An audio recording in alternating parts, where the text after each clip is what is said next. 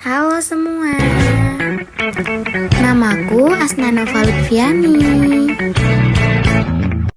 Baiklah, di sini saya akan menjelaskan tentang administrasi dan manajemen pendidikan anak usia dini. Yang pertama, pengertian administrasi dalam pendidikan anak usia dini PAUD. Administrasi dalam pendidikan anak usia dini PAUD adalah seluruh kegiatan pencatatan, pengelolaan, penyimpanan, dan penyusunan dokumen serta informasi yang berkaitan dengan penyelenggaraan pendidikan agar kegiatan di lembaga PAUD dapat berjalan dengan tertib, efektif, dan sesuai dengan ketentuan yang berlaku. Selanjutnya saya akan membahas tentang tujuan administrasi pendidikan anak usia dini. Administrasi di pendidikan anak usia dini bertujuan untuk yang pertama menciptakan ketertiban dalam menyelenggarakan pendidikan sehingga setiap kegiatan memiliki dokumentasi yang jelas. Yang kedua, mempermudah pelayanan dan kepada peserta didik, orang tua, dan masyarakat. Yang ketiga, menyediakan data yang akurat sebagai dasar dalam pengambilan keputusan oleh kepala sekolah. Yang keempat, mendukung proses pembelajaran agar berjalan sesuai dengan perencanaan. Yang kelima, memenuhi standar administrasi yang diterapkan oleh pemerintah dalam pengelolaan lembaga pendidikan anak usia dini. Selanjutnya, C. Ruang lingkup administrasi pendidikan anak usia dini. Administrasi dalam PAUD meliputi beberapa bidang berikut seperti yang pertama, administrasi peserta didik.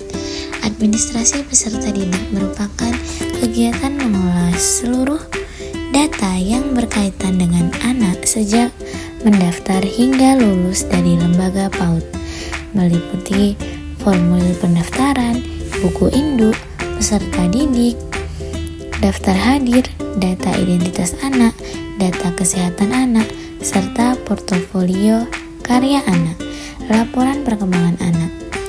Yang kedua, administrasi pendidikan dan tenaga kependidikan. Administrasi ini mengelola seluruh data guru dan tenaga kependidikan, meliputi biodata guru, riwayat pendidikan, jadwal mengajar, daftar hadir guru, penilaian kinerja guru, serta sertifikat pelatihan. Yang ketiga, administrasi kurikulum. Administrasi kurikulum berfungsi sebagai pedoman dalam pelaksanaan pembelajaran. Dokumen yang dikelola antara lain, yang pertama ada kurikulum, program tahunan atau prota, program semester disebut dengan promes, dan modul ajar atau RPPH, jadwal pembelajaran, pengertian manajemen dalam pendidikan anak usia dini. Administrasi sarana dan prasarana. Administrasi ini bertujuan untuk mengelola seluruh fasilitas yang digunakan dalam proses pembelajaran, meliputi buku inventaris, data alat permainan edukatif atau APE, jadwal pemeliharaan, laporan dan kerusakan barang. Yang kelima, administrasi keuangan. Administrasi keuangan bertujuan untuk mengelola pemasukan dan pengeluaran sekolah secara transparan, meliputi buku kas, laporan dana, bukti pembayaran, rencana anggaran pendapatan dan belanja sekolah. Yang keenam, administrasi hubungan dengan orang tua.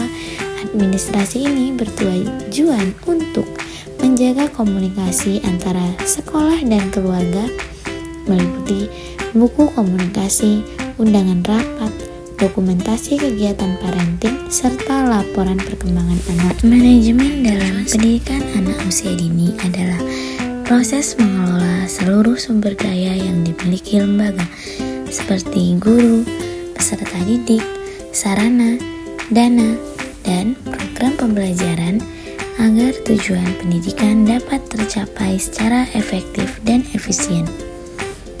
Jika administrasi berfokus pada pengelolaan data dan dokumen, maka manajemen berfokus pada bagaimana seluruh sumber daya direncanakan, diorganisasikan, dilaksanakan, dan dievaluasi.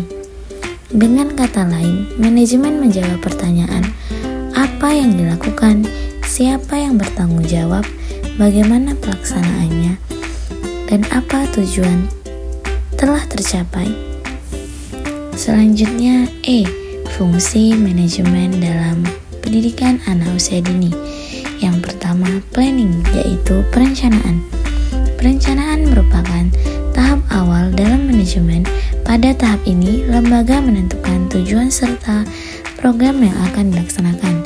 Contohnya, menyusun visi dan misi sekolah, dan menyusun kalender pendidikan, menentukan tema pembelajaran, menyusun anggaran sekolah, dan menetapkan target perkembangan anak, serta manfaatnya agar seluruh kegiatan memiliki arah yang jelas.